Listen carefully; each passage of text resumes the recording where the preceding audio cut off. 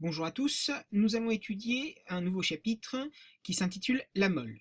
La mole est une nouvelle unité que l'on va utiliser en chimie et on va commencer par étudier son utilité. Alors, pour compter un grand nombre d'objets, généralement on les regroupe en paquets. Alors, quelques exemples. Les œufs, vous savez qu'on les compte par douzaines, donc ce sont des paquets de 12. Les chaussettes par paire, donc des paquets de 2. Les huîtres, on les compte également comme les œufs par 12, donc en douzaines. Et les packs d'eau, par exemple, par 6, donc des packs de 6. Et bien en chimie, c'est pareil, sauf que les entités chimiques, donc des atomes, des molécules ou des ions, se comptent par paquet. Et en chimie, ce paquet, on appelle ça une mole. Pourquoi compter par nombre d'atomes ou nombre de molécules? Premier intérêt, vous voyez que dans cette réaction chimique, 2H2 plus O2 donne 2H2O. On peut se poser la question, le chimiste peut-il prélever une molécule de dioxygène pour pouvoir la mesurer, la peser au niveau de sa masse ou mesurer son volume? C'est évidemment impossible. Donc le premier intérêt, c'est de passer de l'échelle atomique à l'échelle humaine qui est mesurable. Donc on va dire passer du microscopique au macroscopique, macro pour grand.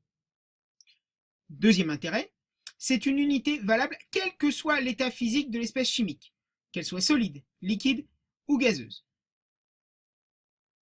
On parlera donc de mol, et plus en grammes ou en grammes pour les solides ou en volume pour les liquides et les gaz. Donc on ne parle que de mol. Troisième intérêt, une boîte de riz, par exemple, ne contient pas forcément le même nombre de grains qu'une boîte de lentilles. Eh bien en chimie, c'est très pratique. Une mole de l'espèce A contiendra le même nombre d'entités qu'une mole de l'espèce B. Entité, c'est par exemple le nombre d'atomes A ou le nombre d'atomes B. Donc, quelle que soit la mole, une mole aura le même nombre d'entités. Alors, comment procéder pour compter par exemple des éléments très petits? On va prendre l'exemple d'une boîte de riz ou de lentilles. On va compter un nombre de grains dont la masse est mesurable assez précisément, c'est-à-dire que la balance puisse réagir et vous indiquer une valeur. Donc vous allez par exemple dans une boîte de riz prélever 100 grains de riz. Et ces 100 grains de riz formera votre paquet. Ces 100 grains de riz, vous allez les peser et vous aurez donc une masse que vous aurez en grammes. Et vous aurez une masse d'un paquet qui sera donc en grammes par paquet, puisque ce sera la masse d'un seul paquet. Moi, je vous dis que la boîte complète contient une masse petit m égale 500 grammes. Ça, c'est la masse totale de riz dans la boîte. Pour en déduire le nombre de paquets dans cette boîte, c'est tout simplement la masse totale de la boîte, donc 500 grammes, divisée par la masse d'un paquet que vous avez mesuré directement sur la balance. Ça vous donne automatiquement le nombre de paquets. Combien de fois vous avez 10 Combien de fois, pardon, vous avez par exemple 2 grammes dans 10 grammes? Vous l'avez 5 fois, vous aurez 5 paquets.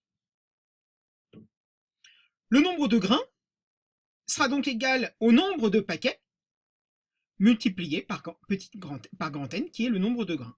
Donc si vous aviez par exemple 5 paquets, vous trouviez 5 paquets, vous aurez 500 grains de riz, puisque un paquet en contient 100, vous en avez 5. Donc je répète, ici, petit n, c'est la masse d'une boîte complète, donc 500 grammes, divisé par la masse d'un seul paquet, pour obtenir un nombre de paquets, c'est un produit en croix, ça, c'est quelque chose que vous connaissez. Et donc le nombre de grains finaux, c'est le nombre de paquets multiplié par le nombre de grains dans un paquet, ici 100.